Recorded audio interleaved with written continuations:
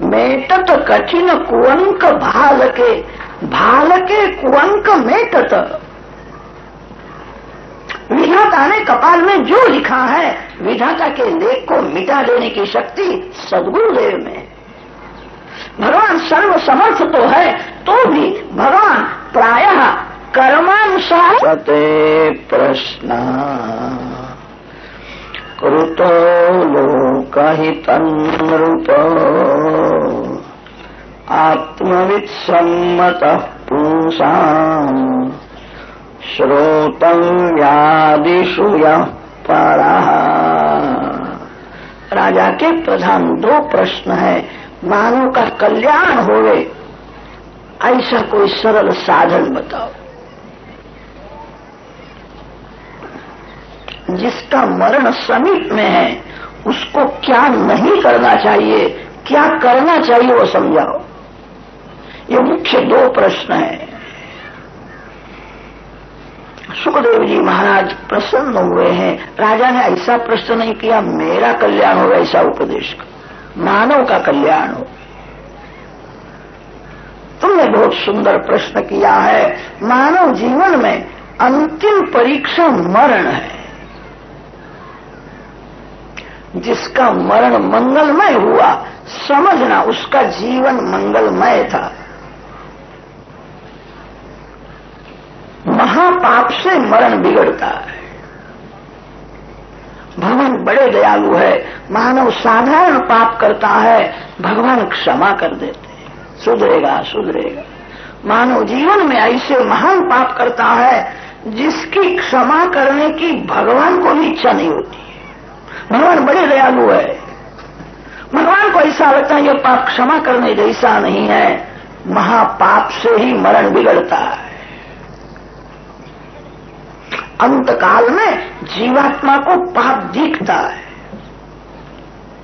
अब मेरे को सजा होने वाली है, बहुत मार पड़ने वाला है, जीव घबराता है। अंत काल में जो भय लगता है वो पाप का भय होता है। अंत काल में पुण्य याद नहीं आता है, पाप ही याद आता है। जीवन में मानव पुण्य भी बहुत करता है, भक्ति करता है, अंत काल में पाप का ही स्मरण होता है। इसका कारण बताया है। मानव पाप एकाग्र चित्त से करता है, बहुत सावधान होकर के पाप करता है। मैं पाप करता हूं कोई जाने नहीं। एकाग्र चित्त से किया हुआ पाप ही याद आता है। मानव पुण्य करता है तब गाफिल रहता है, अभिमान में रहता है। मृत्यु की शैया में किसी को याद आ जावे। मैं एक बार बद्रीनारायण का दर्शन करने के लिए गया था। मैंने नारायण भगवान की चरण पादुका की पूजा की है।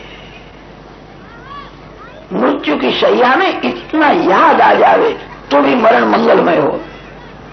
अंत काल में जीव पुण्य को भूल जाता है, उसको पाप याद आता है। पाप सावधान होकर के करता है और पुण्य व्यग्र चित्त से करता है। पुण्य करता है तब जीव अभिमान में रहता है, मैं दान देता हूं, मैं यज्ञ कर रहा हूं। पाप में जीव बहुत सावधान रहता है। मैं पाप करता हूं कोई जाने नहीं, किसी को खबर पड़े नहीं। एकाग्र चित्त से किया हुआ पाप ही याद आता है। पाप से ही मरण बिगड़ता है। थोड़ा विचार करो, मरण किसका होता है? जिसका जन्म है उसका मरण होता है। आत्मा का जन्म नहीं होता और आत्मा का मरण भी नहीं होता। जन्म और मरण शरीर के धर्म है। शरीर का जन्म होता है और शरीर ही मरता है। आत्मा का जन्म नहीं होता है। जीवभूत सनातन, जीव अविनाशी है, उसका जन्म नहीं विनाश नहीं होता है। शरीर तो क्षण क्षण में मरता है। मरण सुधरे ऐसी इच्छा हो, प्रति क्षण को सुधारो। इस क्षण में शरीर जैसा रहता है दूसरे क्षण में वैसा नहीं रहता। शरीर के परमाणु बदलते रहते हैं। शरीर का मरण तो क्षण क्षण में होता है, आत्मा का मरण कभी नहीं होता है। अंत काले च मामेव स्मरण मुक्त्वा कलेवरम, अंत काल में भगवान का स्मरण करता हुआ जो शरीर छोड़ता है भगवान के धाम में जाता है। कितने लोग तो ऐसा समझते हैं आज खाओ पियो और मजा करो, अंत काल में राम राम बोलेंगे तो विमान आवेगा, विमान में बड़े चले जाएंगे। आज से भक्ति करने की क्या जरूरत है? भगवान ने कहा है अंत काले च मामेव, अंत काल में जो मेरी भक्ति करता है, अंत काल में जो मेरा स्मरण करता है वो मेरे धाम में आता है। अंत काल का अर्थ है प्रतिक्षण से अंत काले,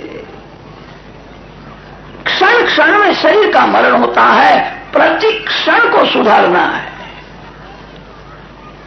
प्रतिक्षण में भक्ति करो। जो क्षण का दुरुपयोग करता है उसका मरण बिगड़ता है। जो कण का दुरुपयोग करता है वो दूसरे जन्म में दरिद्री भिखारी हो जाता है। एक कण का भी दुरुपयोग न होवे। थाली में पत्तल में जरा भी छोड़ना नहीं चाहिए। एक कण से अनेक जीवों की तृप्ति हो सकती है। कण का दुरुपयोग न करो, क्षण का दुरुपयोग न करो। क्षण और कण दोनों को जो संभालता है उसका जीवन सुधरता है, उसका मरण मंगलमय हो जाता है। मानव जीवन में बहुत सा समय निद्रा में जाता है, बहुत सा समय पैसा कमाने में जाता है, बहुत सा समय सुख भोगने में जाता है, बहुत सा समय बातें करने में जाता है, बहुत सा समय पुस्तक पढ़ने में जाता है। मानव शांति से बैठ करके भगवान की भक्ति करता ही नहीं है। काल गला दबा देता है, मरण बिगड़ता है। बातें न करो, बहुत पुस्तक पढ़ने की भी जरूरत नहीं है। जीवन में बहुत सा समय बातें करने में जाता है। एक रसोईया था, वो थोड़ी रसोई बना करके किसी को मिलने के लिए गया, वो बातें करने लगा। घंटा डेढ़ घंटा वहां बैठा, फिर आकर के देखता है अर्धी रसोई सब जल गई थी।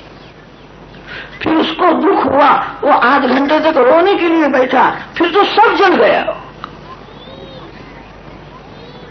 मानो क्या इसी ही दशा है। बहुत समय बातें करता है, साधन नहीं करता है, शांति से बैठ करके ध्यान जप नहीं करता है, पुस्तक पढ़ता ही रहता है।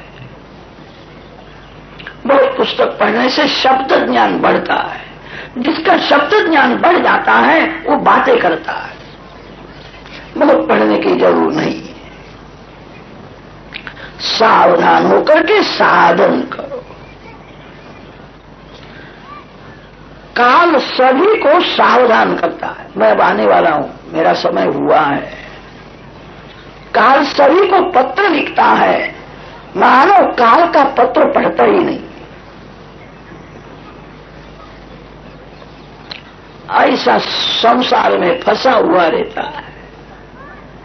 लोग कहते हैं अचानक मरण हो गया। अचानक मरण किसी का नहीं होता। काल सभी को सावधान करता है, मैं आने वाला हूं, मैं आने वाला हूं। जीव समझता नहीं। ये दांत गिरने लगे कि समझना चाहिए मरण समीप में है। कलयुग के लोग तो बड़े बुद्धिमान हैं। दांत गिर जाते हैं तो नकली दांत बना करके मुख में रखते हैं। खाने में थोड़ी मजा आती है। अब मरण समीप में आया है। खाने से तृप्ति होती है कि जीव को समझाने से तृप्ति होती है। बहुत खाया है। कितने लोग याद रखते हैं 10-15 दिवस हो गए पकौड़े खाए नहीं, आज बनाओ। ऐसे संतृप्ति नहीं होती है।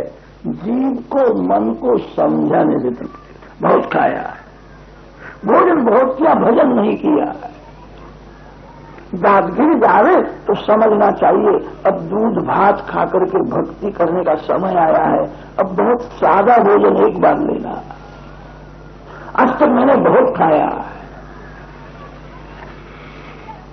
काल सभी को सावधान करता है। आकाश में जिसको अरुंधति का तारा नहीं दिखता वो समझे 1 वर्ष में ही मरण हो।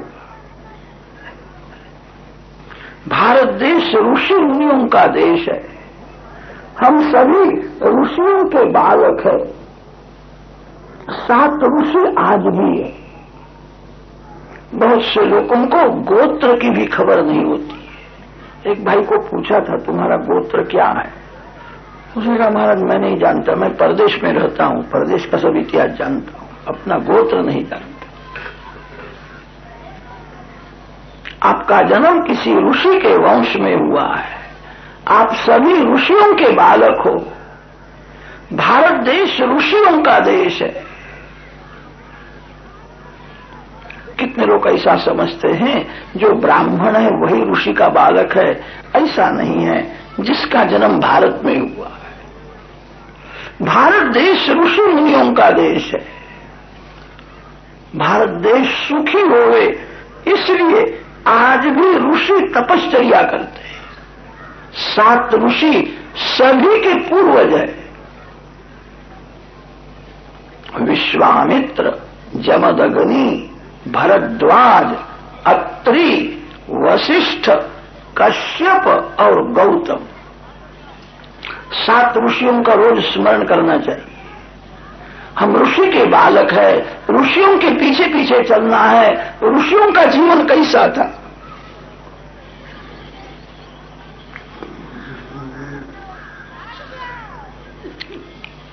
रात्रि में आकाश में 7 ऋषि दर्शन देते हैं। रात्रि में 8 बजे के बाद पूर्व दिशा में 7 ऋषियों का दर्शन होता। ध्रुव मंडल की प्रदक्षिणा करते रात भर दर्शन देते हैं। सवेरे 4 बजे के बाद ऋषि स्नान करके संध्या गायत्री करने के लिए बैठते हैं, फिर दर्शन नहीं देते। 7 ऋषियों का रोज दर्शन होता है। ये 7 ऋषियों का लग्न हुआ है। ऋषियों के साथ बैठने का अधिकार एक ही स्त्री को मिला है। वशिष्ठ ऋषि की धर्मपत्नी जो अरुण होती है ऋषियों के साथ में वो बैठ सकती है। पुराणों में अरुंधति की कथा बहुत आती है। अरुंधति माता सभा में आती है तो बड़े बड़े ऋषि खड़े होकर के गदाधरम धारणया स्मरन्ति।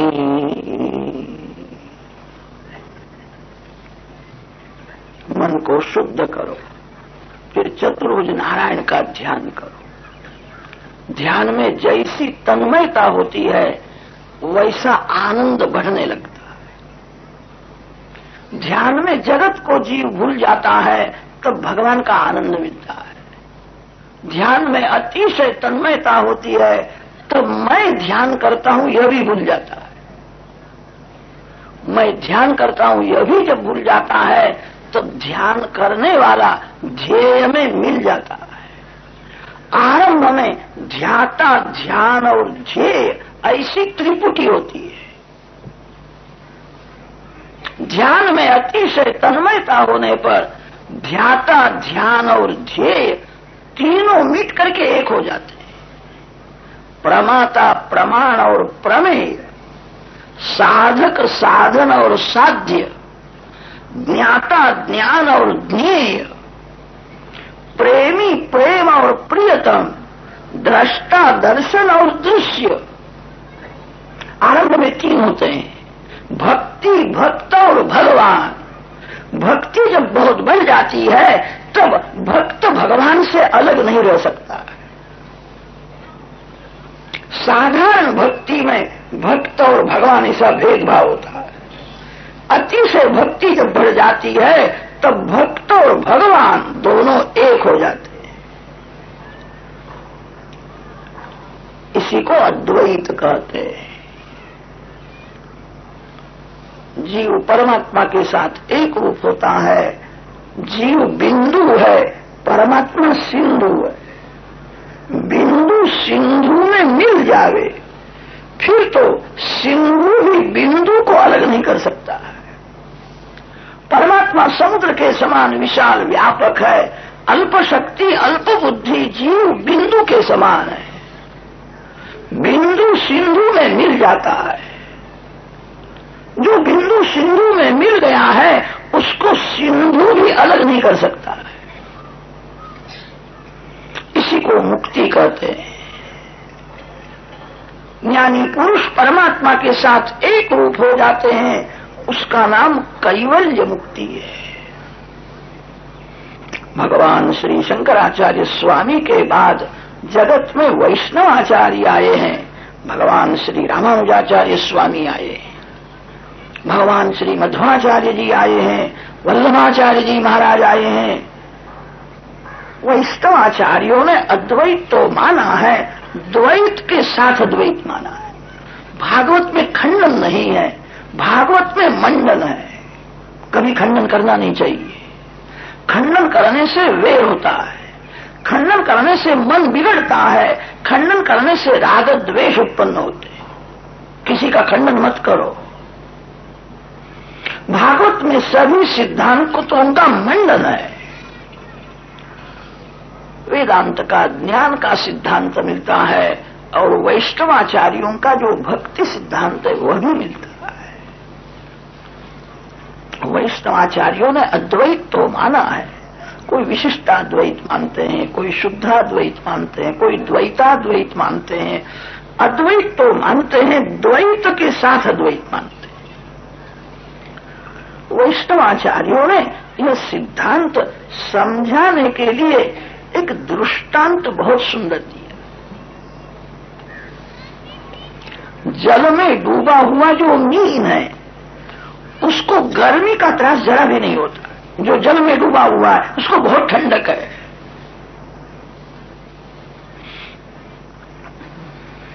ज्ञानी पुरुष ब्रह्म रूप में मिल जाते हैं, उनको कोई दुख रहता नहीं है। दुखेन अत्यंतम विमुक्तश्चरति। दुख की निवृत्ति तो होती है, आनंद की अनुभूति भक्ति से होती है। जो मीन जल में डूबा हुआ है उसको गर्मी का त्रास तो नहीं है, उसको जल पीने की इच्छा होवे तो जल में डूबा हुआ मीन पानी नहीं पी सकता है। वो जल में से बाहर आता है, बाहर आने के बाद अंदर जाता है तो पानी पीता है।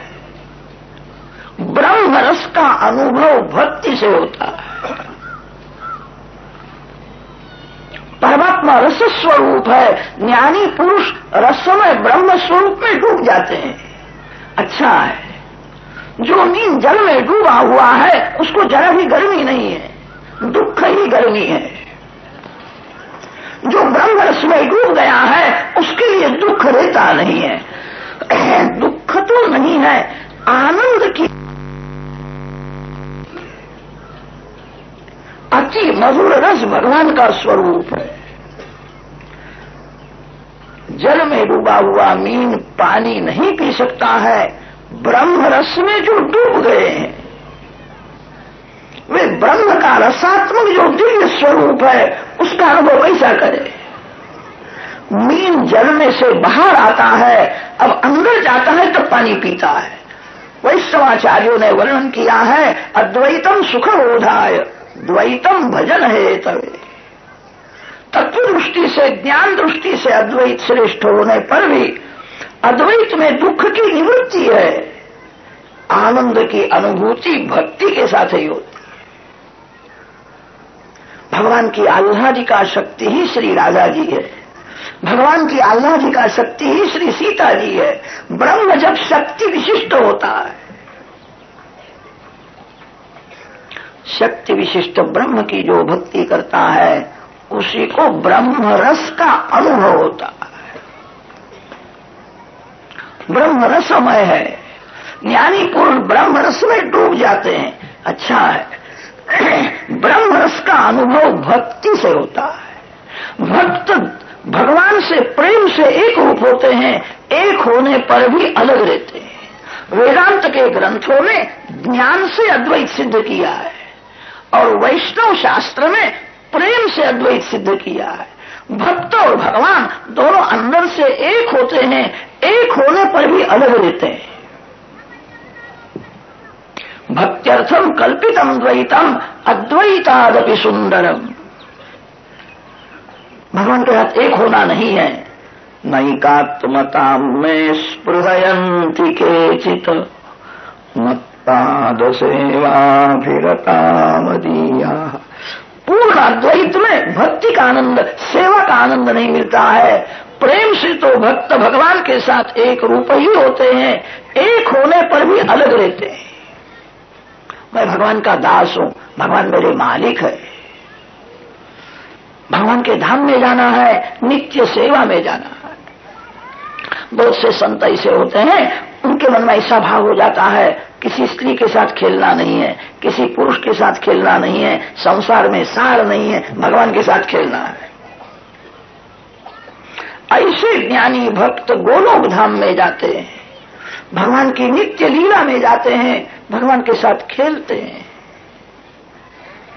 वेदों में गोलोक धाम का, वैकुंठ धाम का वर्णन आता है। तत्र गावो भूरि सुन्ना अयासः अत्राह तदुरुगायस्य विष्णोः परमं पदम अभियाति भूरि। जहां काम को कभी प्रवेश ही मिलता नहीं, जहां कभी काल आता ही नहीं है, जाते हैं।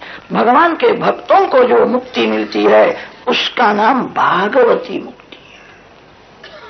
ज्ञानी पुरुष परमात्मा के साथ एकरूप हो जाते हैं, उसको कैवल्य मुक्ति कहते हैं।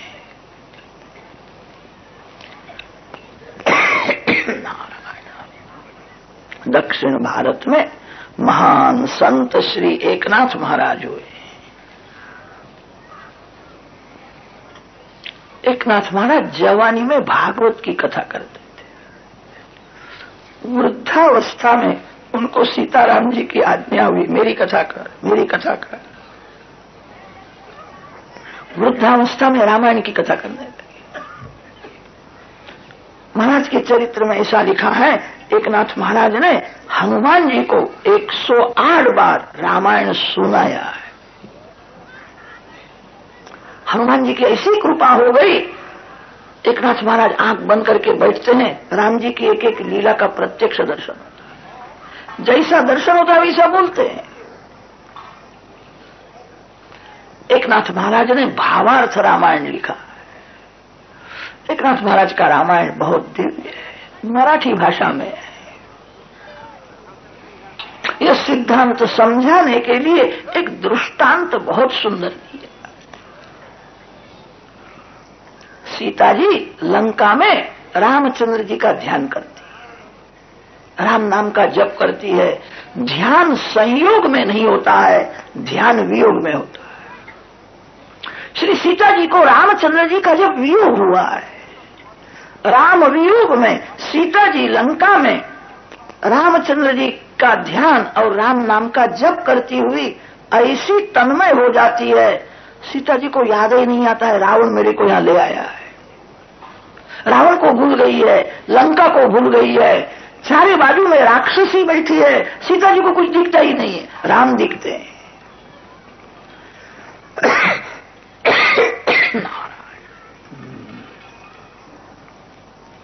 माता जी को राम दर्शन का आनंद मिला है, इसलिए उस वन का नाम हुआ है अशोक वन।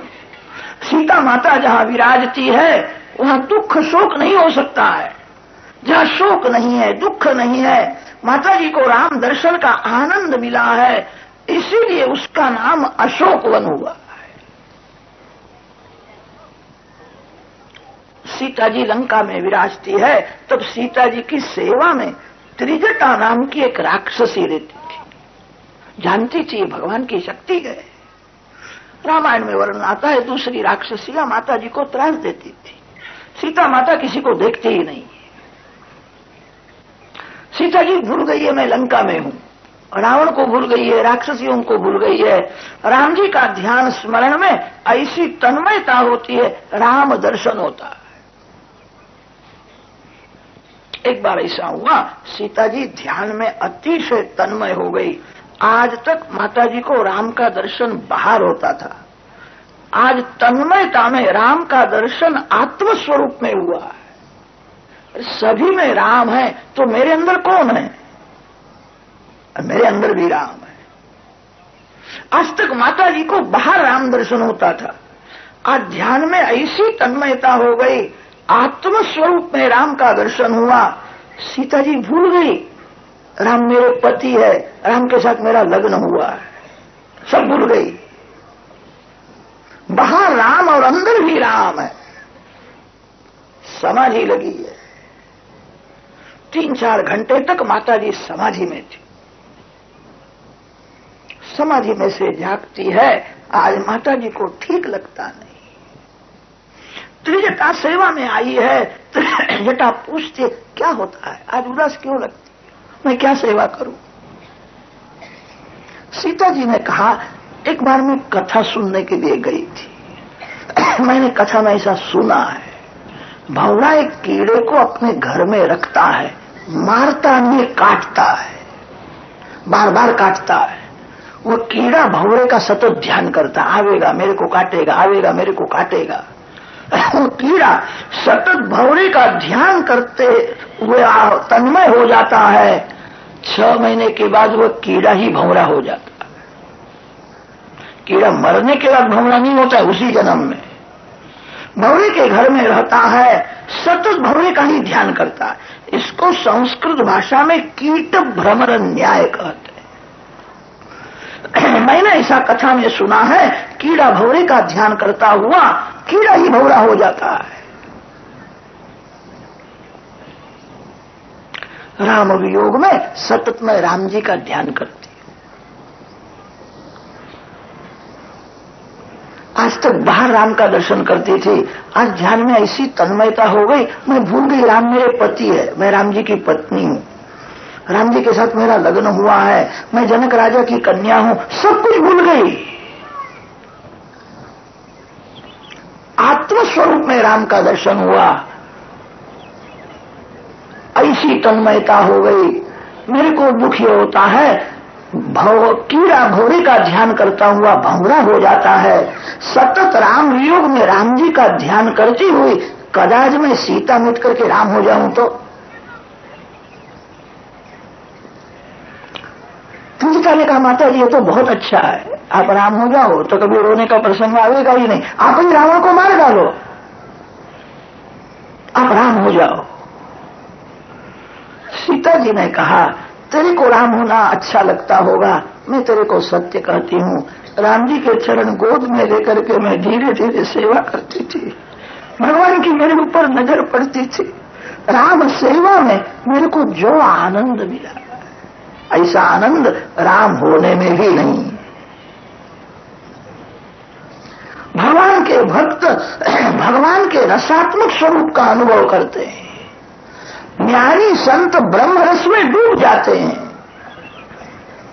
भक्ति से रस में परमात्मा की अनुभूति होती है। राम सेवा में आनंद है, राम होने की मेरे को इच्छा नहीं होती है। राम सेवा में जो आनंद मिला है, ऐसा आनंद राम होने में भी नहीं। शक्कर को खबर नहीं है मेरे में मिठास कैसी है। ब्रह्म रस का अनुभव तो भक्त करते हैं। मैं राम हो जाऊं तो मेरे राम की सेवा कौन करेगा, सेवा में ही आनंद है। मेरे राम किसी स्त्री को स्पर्श नहीं करते, राम जी का नियम है। स्पर्श तो क्या, आंख ऊंची करके किसी के सामने देखते भी नहीं। मेरे रामचंद्र जी का एक पत्नी व्रत है, एक पत्नी व्रत धरा राजन सुचरित शुचि स्वधर्मम ग्रहणीयम शिक्षयन स्वयं आचरण। राम वियोग में राम जी का ध्यान करती हुई मैं कदाच सीता मिट करके राम हो जाऊं तो मेरे राम की सेवा कौन करे। सीता राम की जोड़ी जगत में रहेगी नहीं। मेरे को राम होना नहीं है, राम सेवा करना है। राम सेवा में ही आनंद है। मेरे को यही भय लगता है कदाच मैं राम हो जाऊं तो, हम दोनों राम हो जावे तो कौन सेवा करे। मेरे को राम होना नहीं है, राम सेवा में ही आनंद है। मेरे को यही दुख होता है, योग में सतत ध्यान करती हुई मैं राम हो जाऊं तो सीताराम की जोड़ी जगत में नहीं रहे, कौन सेवा करेगा। त्रिजटा ने कहा, माता जी आप चिंता न करो, आप राम जी का ध्यान करती हुए सीता मिट करके राम हो जाओ। तो राम सीता जी का ध्यान करते हुए सीता जी बना जाएंगे। सीता राम की जोड़ी तो जगत में कायम रहने वाली है। सीताराम अविनाशी, ज्ञानी पुरुष ब्रह्म चिंतन करते हुए ब्रह्मरूप हो जाते हैं। सीता जी राम जी का ध्यान करती हुई रामरूप हो जावे। ज्ञानी पुरुषों की कैवल्य मुक्ति है। भगवान अपने भक्तों के साथ खेलते हैं। कभी कभी भगवान अपने भक्तों की सेवा भी करते हैं। भगवान को भक्तों के साथ खेलने में आनंद आता है। वैष्णवों को जो भागवती मुक्ति मिलती है, भागवती मुक्ति में प्रेम से तो भक्त भगवान के साथ एक रूप ही होते हैं, एक होने पर भी अलग रहते हैं। मैं भगवान का दास हूं, भगवान मेरे मालिक है। दास्य भाव से सेवा करते हैं, सख्य भाव से, माधुर्य भाव से सेवा करते हैं। भगवान के धाम में जाते हैं जहां केवल आनंद ही आनंद है।